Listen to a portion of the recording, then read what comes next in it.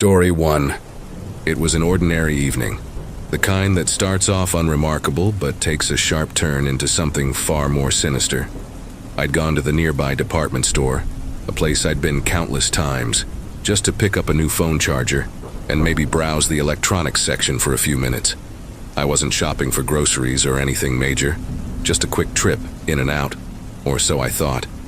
The clock must have been ticking past 8 or 9 p.m., and though the store wasn't packed, there were still enough people around to make me feel comfortable. The bright lights, the low hum of shopping carts, and the occasional crackle of the overhead announcements gave the place a familiar, almost soothing atmosphere. I didn't expect any trouble, certainly not something that would leave me shaken for months after. After spending maybe 20 minutes browsing the electronics aisle and grabbing what I came for, I headed toward the front to check out. I used one of the self-checkout kiosks, scanned my items, paid, and started making my way toward the exit. Everything seemed perfectly normal, until I stepped outside. That's when I noticed him. Standing near the entrance was a man, probably in his late 40s or early 50s, leaning on crutches and pushing a nearly empty cart. He waved at me with one hand, trying to get my attention. His long, disheveled hair hung just past his shoulders, and he wore a faded blue jacket that looked worn from years of use. He seemed harmless enough, and when he asked if I could help him load his groceries into his car, I didn't think twice before agreeing. At that moment, it seemed like the right thing to do. After all, the man was using crutches, clearly struggling to move, and there were only a few bags in his cart. What harm could there be in lending a hand? I walked over, took control of his cart, and followed him as he slowly hobbled forward. He thanked me for helping him, mentioning that his leg was injured and it was tough for him to get around. He spoke softly, his words slurring slightly, but I didn't give it much thought. His car was parked just a little further down the sidewalk, or so he said. As we made our way along the side of the building, I noticed something strange. Instead of heading toward the main parking lot, the man led me toward the far end of the store, away from the bright lights and busy entrance. The further we walked, the quieter it became.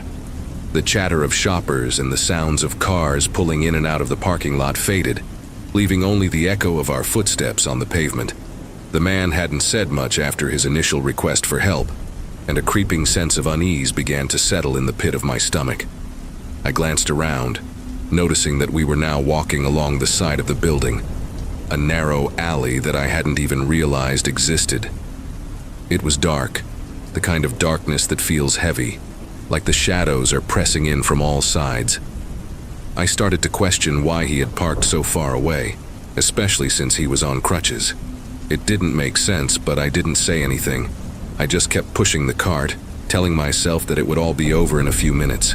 I'd load his groceries, say goodbye, and be on my way. But that moment never came. We reached the back of the store, a desolate area meant for delivery trucks, far from any normal parking spots. It was quiet, unnervingly so. The back of the building was a wide, open space with only a single SUV parked near the loading dock. It was the kind of place you wouldn't expect anyone to be at that time of night, let alone someone with an injured leg. I slowed down, hesitating as we approached the SUV. It wasn't parked in a proper space, just sitting there in the shadows, away from the delivery zone and out of sight from the main part of the store. The man kept limping along, not saying a word, until he finally stopped next to the vehicle. "Just put the bags in the back," he said, his voice lower than before, almost a growl. I moved toward the rear of the SUV, the hairs on the back of my neck standing on end. Something wasn't right. As I opened the back of the vehicle and placed the bags inside, I glanced around, suddenly aware of how isolated we were. No one else was in sight. The store's lights were far in the distance, and the shadows seemed to swallow everything around us. Then out of nowhere, the man said something that sent a chill down my spine. "Get in," he commanded, his voice cold and threatening. I blinked, taken aback.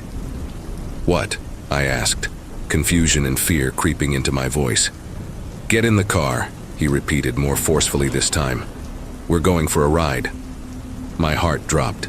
Every instinct in my body screamed at me to run, but I was frozen in place, standing there, clutching the cart like it was some sort of lifeline. The man's expression had changed. His once friendly demeanor was gone, replaced by something dark and menacing. He wasn't asking anymore. He was demanding. "No," I managed to say, my voice barely above a whisper. That's when the back door of the SUV swung open, and another man stepped out. He had been hiding inside the vehicle the whole time, waiting. I could see the gleam in his eyes, the malicious grin on his face as he moved toward me. Panic surged through me. This wasn't just a strange request. This was a trap. They had lured me back here with the intent of doing God knows what. My mind raced, trying to figure out what to do. The man with the crutches suddenly dropped one of them, standing upright with ease. He hadn't been injured at all. It had all been a ruse. In that split second, I realized how much danger I was in. There was no way I was getting in that SUV, no way I was letting them take me. I had to get out of there, and fast. Without thinking, I turned and bolted in the opposite direction, my heart pounding in my chest. Behind me, I heard the men shout and give chase. Their footsteps echoed through the dark alley as they sprinted after me. But I didn't dare look back. I ran faster than I ever had in my life, adrenaline coursing through my veins. The fear was overwhelming, but it pushed me forward. I knew if they caught me, I'd never make it out of there. Ahead of me, I saw the chain-link fence at the edge of the property. It was my only way out. With the men closing in behind me, I sprinted toward it, praying I could make it over before they reached me. When I got to the fence, I leaped, grabbing onto the top and pulling myself up with every ounce of strength I had left. My hands scraped against the metal, but I didn't care. I just needed to get over. I could hear the men right behind me, their footsteps growing louder. With one final push, I made it to the other side, landing hard on the pavement below. I stumbled, but I didn't stop. I ran across the small patch of grass that separated the store from the road, not daring to slow down until I reached the sidewalk on the other side. Only then did I glance back. The men were standing at the fence, watching me with cold, calculating eyes. They didn't try to follow. Instead, they turned and walked back toward the SUV, disappearing into the shadows. Shaking, I pulled out my phone and called the police, trying to catch my breath as I explained what had happened. I kept moving, not willing to stay in one place for too long. When the officers arrived, I met them at the front of the store and told them everything. They searched the back lot, but by the time they got there, the SUV and the men were gone.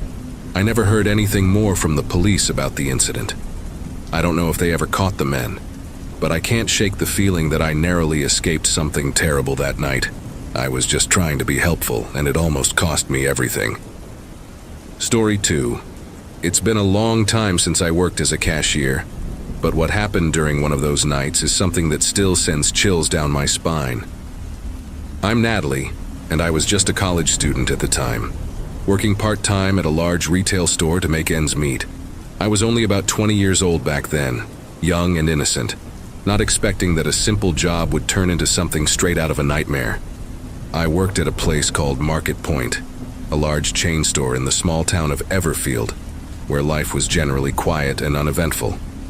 My shifts would change depending on the week, but most of the time, I'd be there for the evening slots, 3 or 4 nights a week. This one particular night, everything seemed pretty normal. I was ringing up one customer after another, watching the minutes slowly crawl by until my shift was over. That was until he walked into my lane. I don't remember all the details about what he was buying. Honestly, it didn't matter.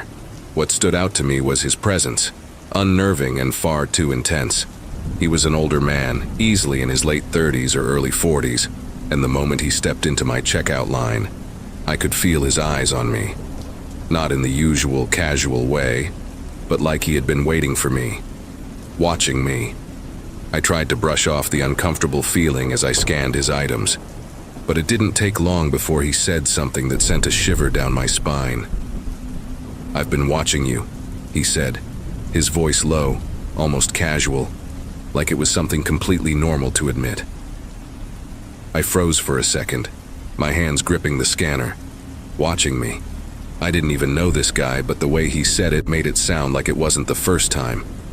I forced a smile, trying to keep things professional, but inside, I was screaming. He kept talking, telling me how he always saw me working at the store, how he noticed me every time. Then casually, he asked me out. I immediately said no, trying to make it clear that I wasn't interested, but he wouldn't let it go. "You'd have a good time with me," he said, a grin spreading across his face. He was persistent, almost like he believed I just didn't know what was good for me.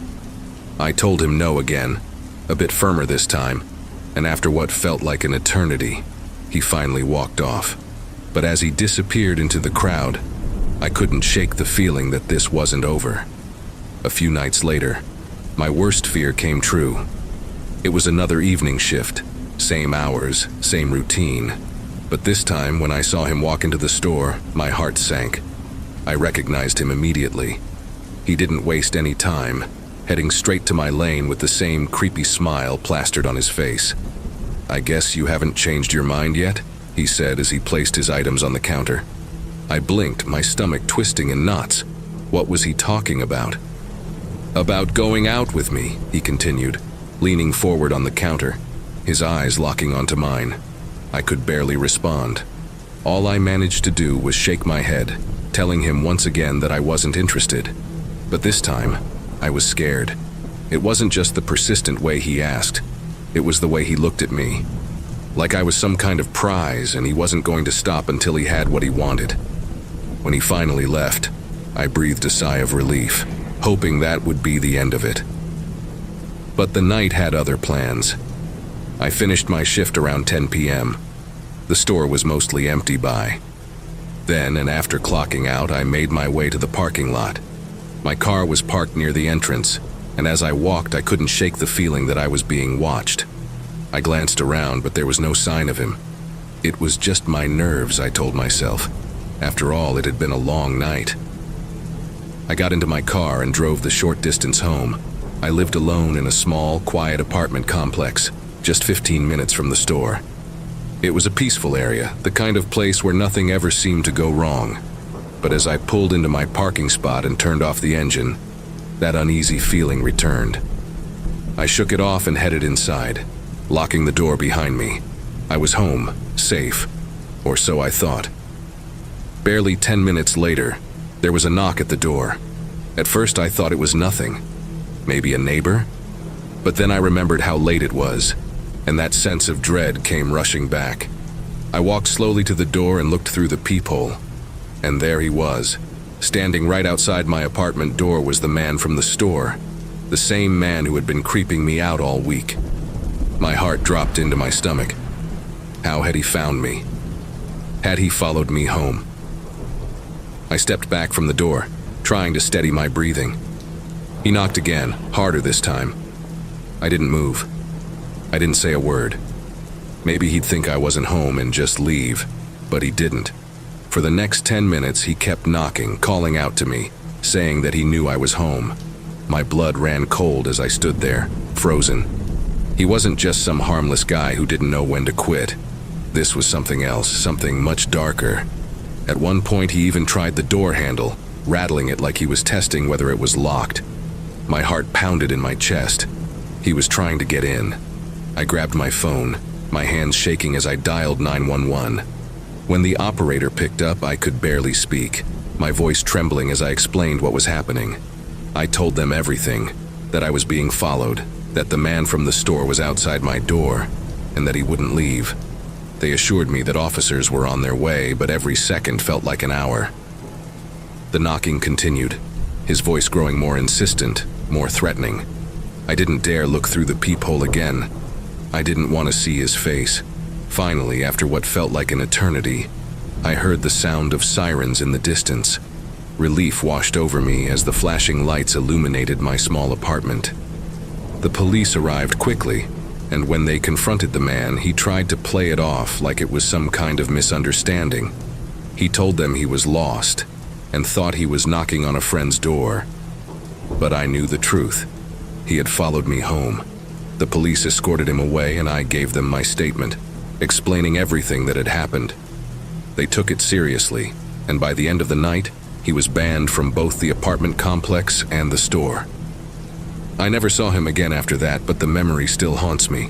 To think that someone could follow me home like that, find out where I lived, and try to get into my apartment. It was terrifying. I couldn't shake the feeling of being watched for weeks after. Every time I walked to my car, every time I came home late, I'd glance over my shoulder, half expecting to see him lurking in the shadows. And even now, years later, the thought of that night sends a chill down my spine. Story 3. I had no idea that a seemingly normal trip to the store would spiral into one of the most unnerving experiences of my life. It was a regular night, just like any other. I decided to make a quick run to a local store, a small-town convenience shop, to grab a few essentials. The time? Around 7:30 p.m. Not too late, but dark enough to give the town an eerie quietness. After parking my car, I entered the store, already making mental notes of the items I needed. Toothpaste, soap, milk, and a yogurt. I figured it'd be a quick in and out, nothing out of the ordinary. But little did I know, a strange and unsettling presence was about to latch onto me, turning this ordinary trip into something out of a nightmare. As I entered through the right side doors, I went straight for the health products. I found the toothpaste I needed, but completely forgot about the soap. Deciding to grab it later, I made my way to the far end of the store to pick up the milk and yogurt. The store was relatively busy, with other shoppers browsing through the aisles. But somewhere in the middle of all this, I noticed something strange. A woman shorter than me with long blonde hair, wearing jeans and a black sweater.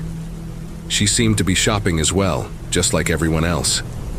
At first glance, she blended in with the crowd, nothing unusual. But something about her seemed off. As I moved from aisle to aisle, she was always there, always behind me.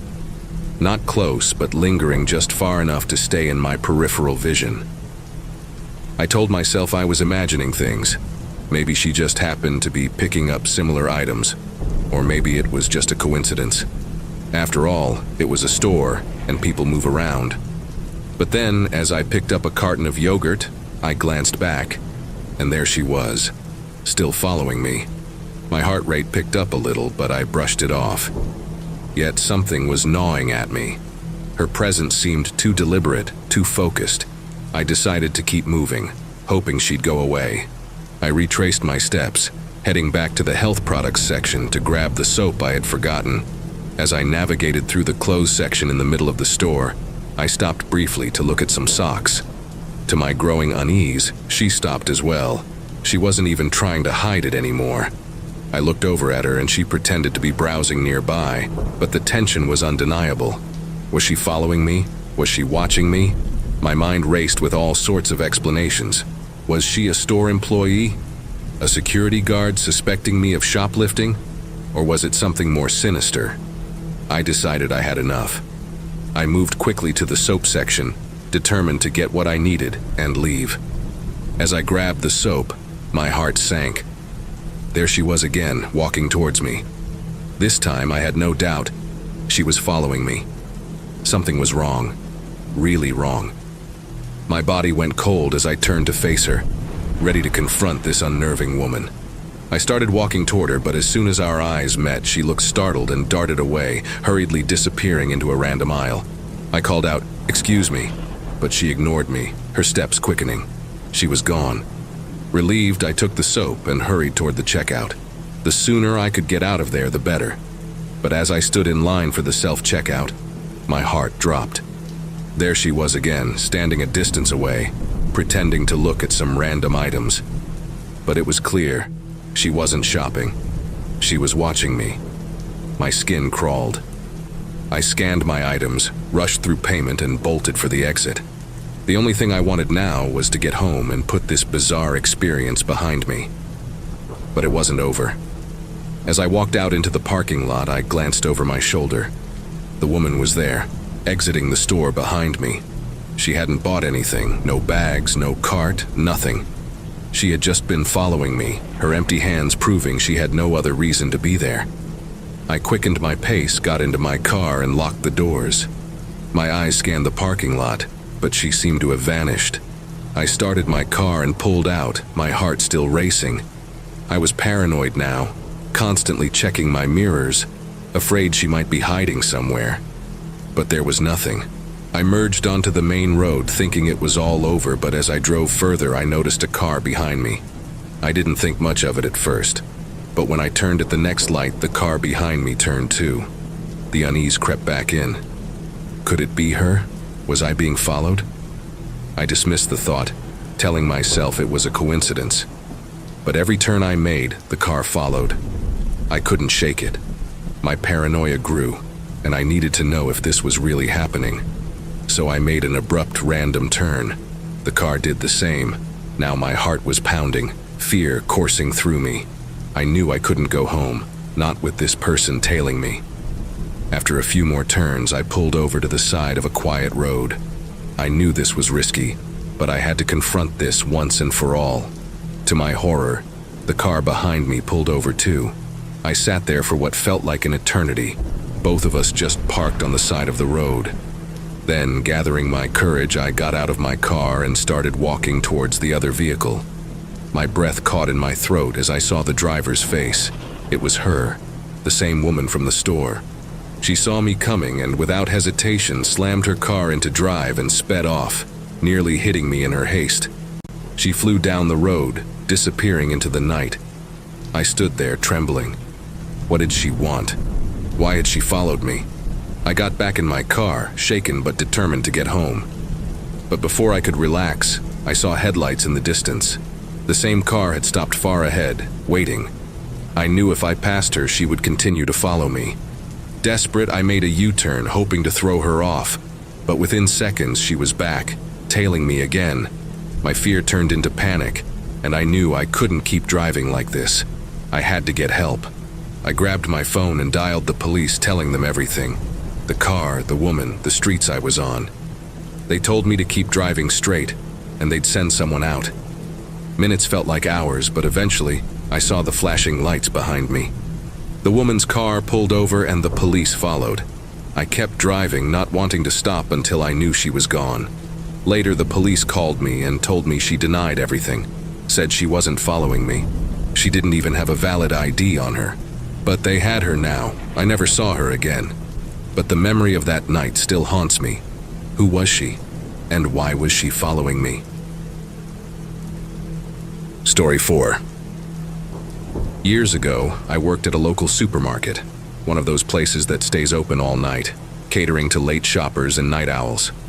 I had been there for about 8 months, mostly working the graveyard shift, stocking shelves and organizing the aisles. My shift typically started at 10 p.m., while the store was still open but usually emptying out by then. It was eerily quiet, with only a few scattered shoppers milling about, grabbing last-minute items. One night I was assigned to the grocery section, working the far end of the store where the shelves seemed to stretch endlessly. I was alone, with no other employees or customers in sight.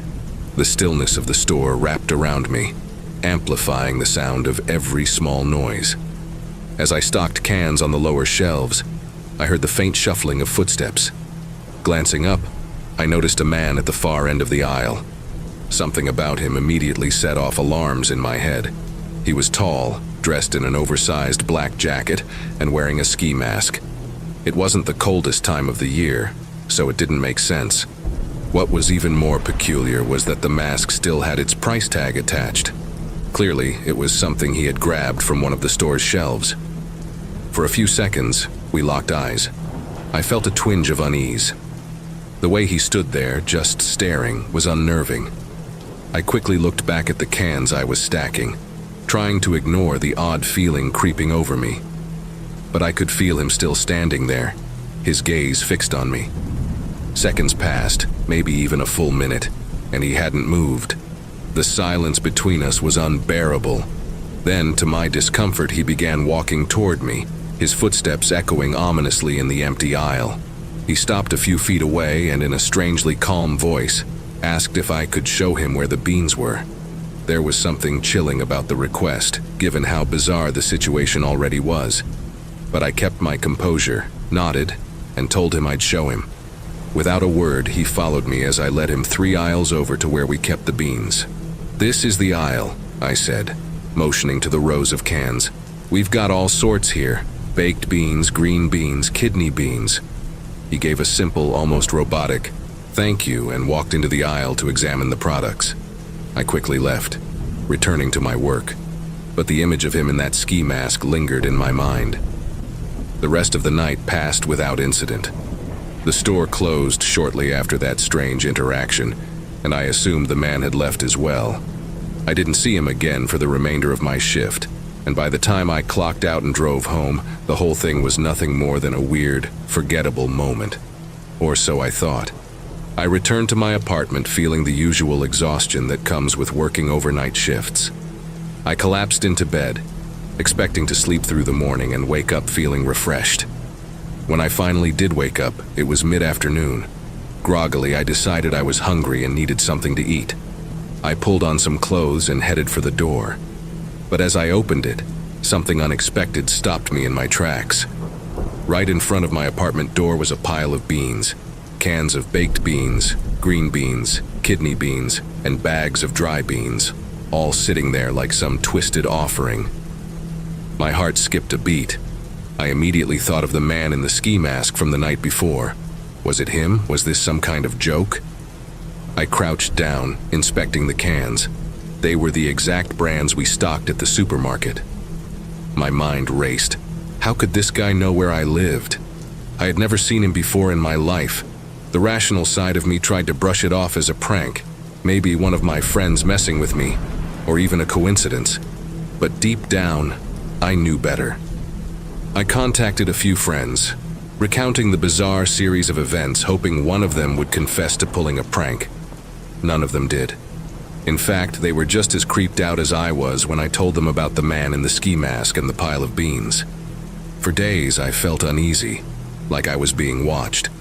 I couldn't shake the feeling that the man knew where I lived, that he had followed me home. I never saw him again, but the memory of that night and the beans still haunts me. Was it just a prank, or was there something more sinister going on? I may never know, but one thing's for sure.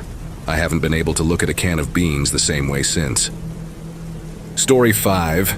It was a quiet Saturday morning last year when I made the decision to head out early and beat the rush at a local supermarket, a big box store that was only a couple of minutes from my apartment.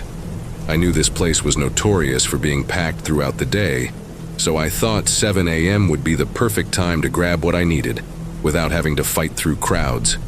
When I arrived, my plan had worked. There weren't too many people around yet. I made my way straight to the produce section, grabbed a few things, and was out of the aisles in less than 10 minutes. Everything seemed routine, and I thought I'd be in and out without any hassle. But I was wrong. As I approached the exit, I casually glanced around the parking lot. It was dotted with cars, not too full, not too empty. My car was parked right in the middle of the lot. At first, nothing seemed out of the ordinary, but as I walked closer, I noticed a man standing nearby, doing nothing in particular. He just stood there, almost as if he was waiting for something or someone. A slight unease crept up my spine, but I tried to brush it off as nothing more than paranoia. I reached my car, and to my surprise, the man began walking toward me. His pace wasn't hurried, but it was deliberate, as if he knew exactly what he was doing. My instincts screamed at me to leave, but I froze, not wanting to appear rude or overly suspicious. "Hey," he said, his voice casual, but there was something off about it. He then explained that his car had broken down and asked if I could help him figure out what was wrong. The request immediately struck me as strange. I wasn't a mechanic. I didn't know the first thing about fixing cars. Still, not wanting to be unkind, I politely told him I couldn't help him. But he insisted. "Can you just come take a look?" he asked, pointing toward a sedan parked a few spaces away. Against my better judgment, I followed him toward his car. My mind raced. Why was I agreeing to this? What was I thinking? When we reached the car, I asked him what the problem seemed to be, expecting him to pop the hood or something. Instead, he turned to me with a weirdly calm expression and said, "Can you get inside? There's something wrong with the passenger side." Every alarm bell in my head went off. Who asks someone to get inside their car to check for problems? My body stiffened as my suspicion deepened. "I'm fine where I am," I replied, my voice tense. "Just try starting the car." He didn't even bother to turn the key. He just kept urging me to get inside, repeating his request like a broken record. My heart was pounding now, the air around us growing thick with an unspoken menace. I could feel the danger lingering in the silence. "I've got to go," I blurted out, turning on my heel and walking briskly back to my car. I didn't care about being polite anymore. Something was seriously wrong. I reached my vehicle and quickly slid into the driver's seat. Just as I shut the door, I breathed a sigh of relief, thinking I'd escaped the strange situation. But before I could even start my car, I heard the unmistakable sound of my passenger door opening. In sheer disbelief, I turned my head and saw the same man, sliding into the passenger seat of my car as if he belonged there. My heart stopped. I hadn't even noticed him walking over to me, and now he was inside my car, sitting there with an eerie calmness. "Drive," he said, his voice low and unnervingly smooth. Every fiber of my being screamed to get out of there. Without hesitation, I threw open the driver's side door and bolted. I didn't look back as I sprinted across the parking lot, my legs carrying me as fast as they could, straight toward the entrance of the supermarket. I burst through the doors, gasping for breath, my heart hammering in my chest. The store's employees and a few early morning shoppers glanced my way, but I didn't care. I grabbed my phone and dialed the police immediately. I explained everything to them. The man, his car, the bizarre request, and how he had somehow slipped into my vehicle. They assured me that officers were on their way. I stood near the entrance, watching the parking lot through the large glass doors. My car was still there, but the man was gone. He hadn't taken my keys, and he didn't seem to have any interest in chasing me. It was almost as if his only goal was to get me to drive off with him. When the police arrived, they asked me several questions and promised to review the security footage. They searched the area for the man, but both he and his car had vanished without a trace. I was left shaken, but incredibly relieved that I had followed my instincts when I did. To this day, I still don't know who that man was or what his real intentions were. The incident has haunted me ever since, and I often think about how differently things could have gone if I had gotten into his car or stayed inside mine. That split second when I decided to run may have been the difference between life and death, between life and death, between life and death, between life and death.